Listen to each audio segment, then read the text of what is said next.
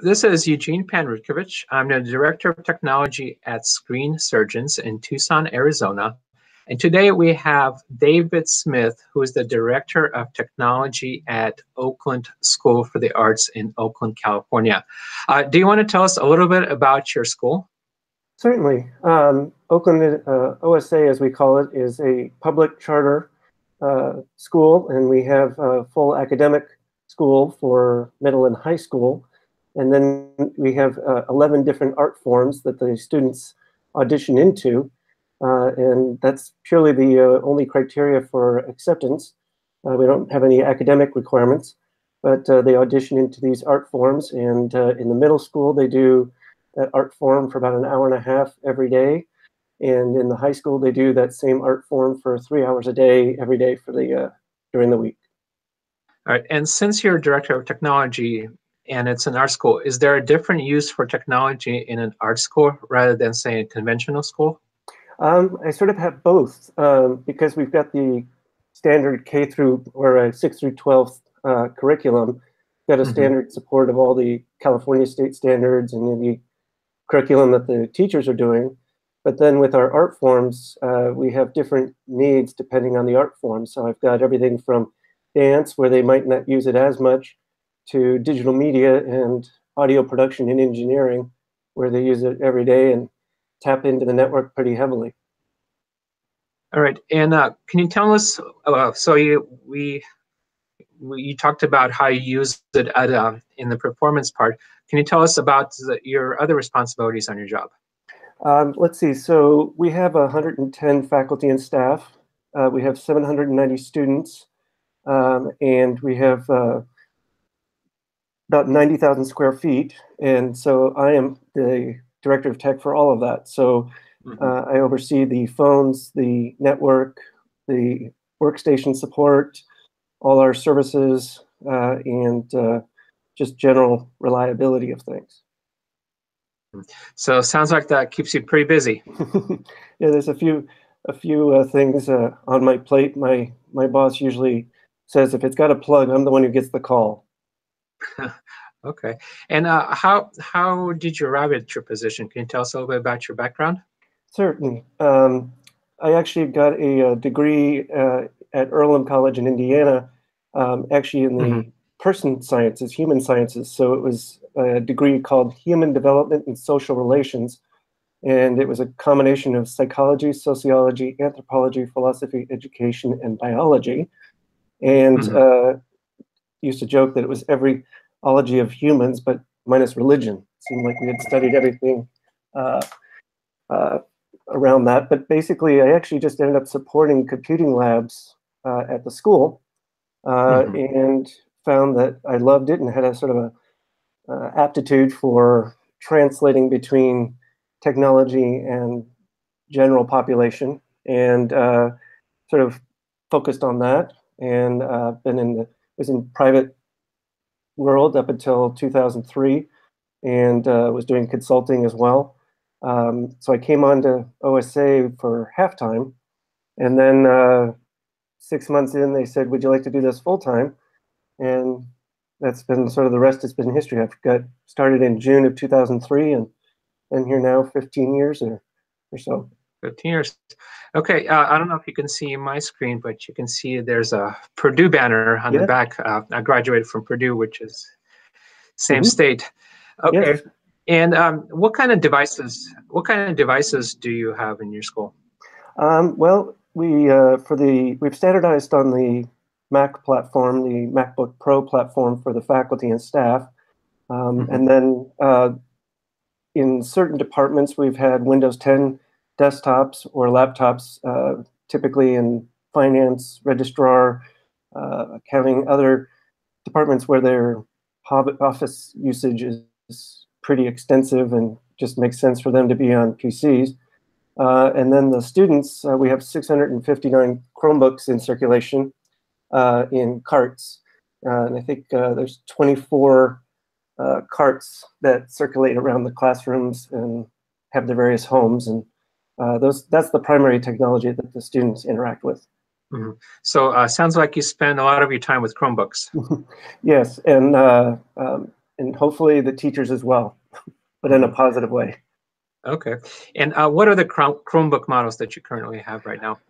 We have the Samsung 303 series, and then we have a Dell, or I'm sorry, the HP Chromebook 11 G4 series. And those are the two models that we pretty much have standardized on for our environment. We pushed the envelope on how many years we can get it, so we got some of these Chromebooks in, maybe 4 or 5 years ago, and they're still going. Okay. Yeah, the 303C is a pretty old device right now. But it's pretty durable. We find it on our end. Right now it's a lot getting harder to source parts for them since they're so much older. Yeah. And what are the common issues that you have with Chromebooks? I think that with the older units, it tends to be the battery, and then screen is probably right behind it. Those are the two areas that show up the most for us. The keys occasionally are a problem, but really it's battery and the screen. Yeah, I'd say 60 to 70% of our business is just replacing screens and sending screen replacements. And when the screens are broken, what are the typical ways that they break? In my listening to your other interviews, it sounds very similar. It's the students will be expecting to, put it around more books than is probably necessary, and these weren't designed to be around a chemistry book or a biology book that never had to be around a computer, and so they get scrunched, but they get heavy use. We've got a literary arts department in particular that are on those all the time, and but they also take good care of it because that's their primary communication platform. Now, for the HP 11 G4, do you find that's a little bit more rugged than the Chromebook 303C, or they're both about the same?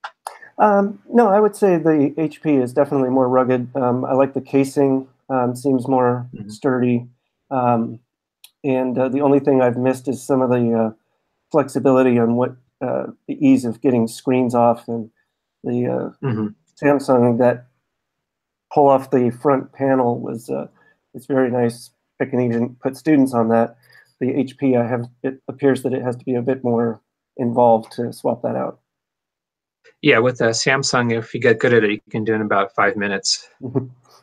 Yeah, HP, there's a little bit more steps, but that's probably why it's more rugged.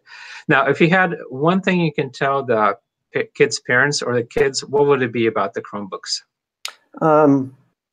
That they are a valuable tool, that they are, sometimes I think there's a tendency when something is given to you without any cost associated with it, or you didn't have to make any effort to get there or get it, that sometimes it's seen as trivial and not much more expensive than a pencil or a paper that schools give out. And so I think they forget sometimes that this is, can be a $200, $300 piece of equipment.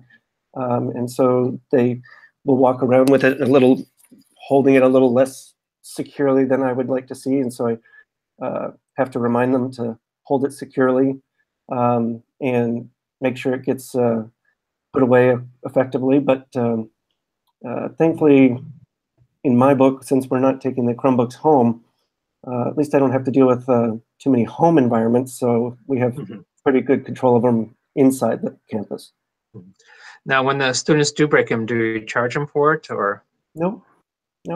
We try to find some kind of incentive or construction or consequence for it, but no, we don't charge them. There's been talk of attempting to do that, but when you're a public school, there's a lot of limitations on what you can do there. Yeah. Now, imagine if they were allowed to take them home, that story will be a little bit different. Correct.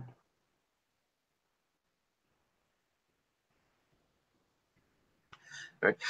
If you had one thing you could tell the Chromebook makers, what would it be?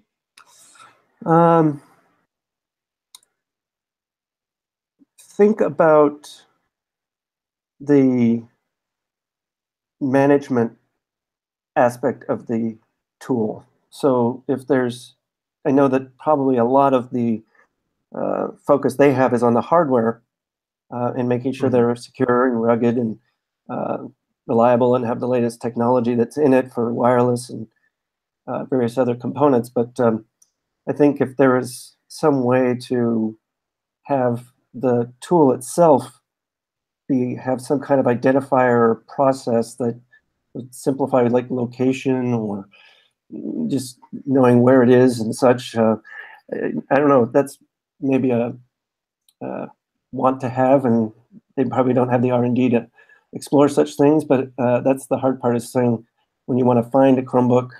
Where is it? Where is it? I don't know. Maybe it needs a beacon, having it make a beacon noise of some sort. We've looked at GoGuardian and some other tools, but that might be one thing that would be nice if Chromebooks had that feature. Yeah, so it would need a GPS chip on there, I imagine. Yeah, a GPS, but in a small environment. Exactly. Have a GPS, but we have to host our own satellite. Yeah, there's a app called Life 360 on my phone that I keep track where everyone in my family is, but they're all within miles of each other. But if all the Chromebooks are in one tight confined space, it might be a little bit harder to see which one is exactly where. Exactly. All right, I think that's all the questions I have. And do you have any final comments or parting thoughts? No, I appreciate you reaching out, and I think this is great to have the ability for people in this, our departments or our roles to be able to share best practices or experiences. So thanks very much for hosting. Okay, thank you very much, and we'll talk to you later. Okay.